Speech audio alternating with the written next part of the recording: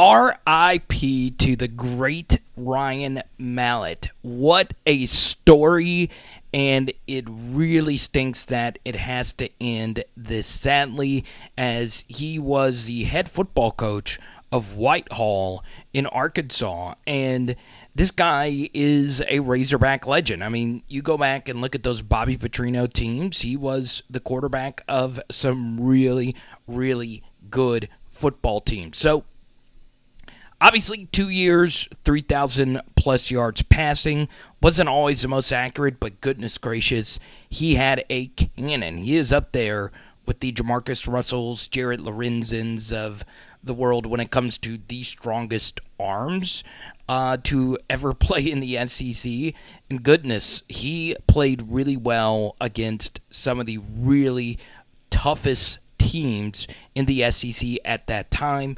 Obviously, starting off his career in Michigan, there was a head coaching change, and then, of course, he decided to make his way back south to Arkansas.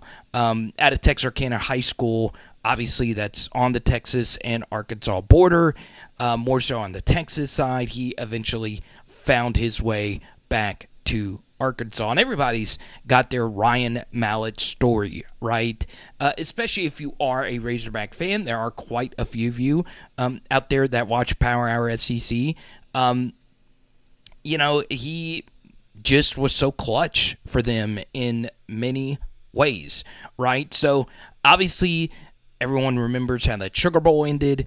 Very sad way for that game to end, but for the most part, Arkansas won a lot of football games with Ryan Mallett at quarterback and Bobby Petrino calling the plays. So, look, you take a look at his NFL career. His NFL career was very up and down, obviously with the Patriots, Texans, and the Ravens. I believe those were the only three teams that he played with. And this was probably my favorite throw from that Florida game. 3rd and 17, obviously, for LSU fans, that is a very iconic third down in LSU lore, but also in Arkansas lore. Stepping up in the pocket and throwing this ball. Look at that. Look at him. It's a missile. You would never think as a corner that that ball would be fit in right there. And then, of course, Greg Childs, after slipping on the first throw, was able to actually keep his feet and house this football versus some DBs that ended up playing in the NFL. So, what a player. I mean, what an offense that Razorback offense was, right? With Childs and then, Wright in a really solid offensive line and obviously a really, really good play caller. This was a really, really fun team to watch. So, yeah, my heart goes out to Razorback Nation. I mean, this was just so sad on so many different levels. You know what's interesting? I've had a few Arkansas fans tell me that this game, the number one matchup versus Alabama, was the loudest that they had ever heard DWR. I am very interested to see if any of you actually agree with that, because just based on what I heard, this was just the craziest atmosphere, knowing that you had a very legit shot to beat Alabama. So, very sad story. Very, very sad story. I know people that knew Ryan. I think I had spoken with him at least once at some point. But by all accounts, he was a very affable personality. He was a guy that a lot of people like to be around. And look, he lived a very fruitful life. Obviously, having the NFL career that he had. Obviously, it getting cut short before his coaching career was able to get going. But you think about his success in the NFL, or I know some would say lack thereof, but this was a guy that got to be in a locker room with Tom Brady for a few years and make some decent money in the NFL. So, look, I would like to have seen what a Ryan Mallett high school offense would have looked like with him as the head coach. But, yeah, it was truly incredible to watch this guy play. And it's very interesting that there are so many SEC fans that are showing a bunch of love to Ryan Mallett, because he is a very memorable quarterback, right? He is a quarterback that a lot of people will always remember because he had such a cannon on his body. I mean, the dude could just flat out throw a football a mile.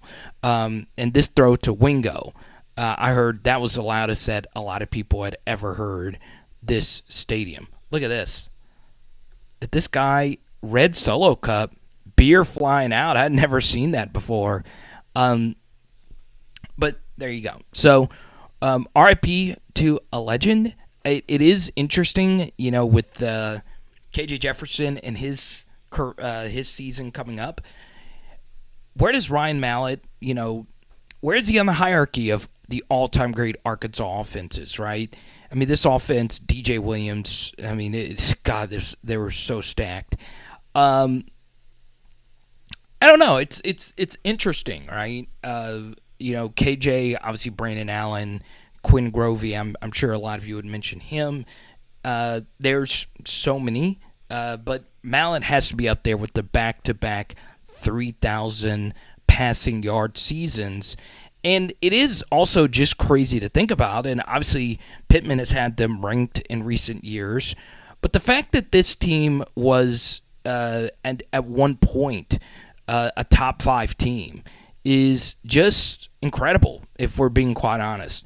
It is magnificent to have seen Arkansas be at this level, and maybe KJ Jefferson gets them back to that level. But yeah, I do think at some point, Arkansas will do something to commemorate him this next year. Something else about Ryan Mallett here at the end that made him very, very interesting. He did have these iconic throws. I mean, his ball rarely wobbled. I mean, he could throw it on a line. And I've talked about his arm quite a bit, but it truly, truly was, up there with the elites of the elites' arms. One thing that I think Ryan Mallett's story is very interesting, especially when you juxtapose it to how college football is now. He had to sit out a full year at Michigan, right? He, compared to how college football is now, is a perfect example as to why the transfer portal is the way that it is now. And it shows you his patience. So he went to Michigan his first year, and then obviously Rich Rod came into Michigan. Ryan Mallett is not a Rich Rod quarterback. Rich Rod was known for Pat White and dual threat quarterbacks. So he transfers to Arkansas, where he was a great fit for Bobby Petrino's offense. So he gets there, but he had to sit out the full year. Okay? Now think about that. That is just crazy talk now. Everybody could transfer and be immediately eligible. So Ryan Mallett not only had to go to a new school, he had to sit out the full year. And when he was on the sideline, when I attended an Arkansas game that year, he was a very supportive teammate. I really, really, really liked the way that he commanded a huddle. I liked the way that he, even when he wasn't playing, was very supportive of everybody out there on the field. And by all accounts, he was a good teammate. But it is truly crazy to think about how archaic that rule was. There's nothing he could do about the Michigan coach getting fired and him getting a coach that does not fit his style of play at all, and then having to sit out a full season. It's crazy to even think that that's how college football used to be.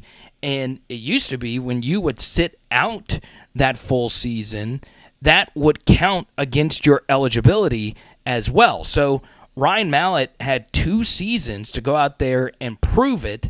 And, well, he did that very thing. He proved it. And he obviously had 2 3,000-yard seasons back-to-back. And then that momentum was carried over to that Arkansas team in 2011.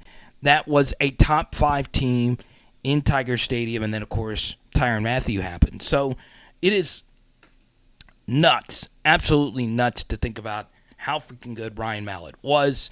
Once again, the Sugar Bowl game, a legendary game versus Terrell Pryor with a crazy ending. But, man, I really, really enjoyed watching him play. So Let me know what you guys think about Ryan Mallett. Obviously, very sad. My heart goes out to Mallett's family, friends, coaches, and everybody surrounding that program. It is Power Hour SEC. Boom! And tonight, we are doing tacos. Let's go.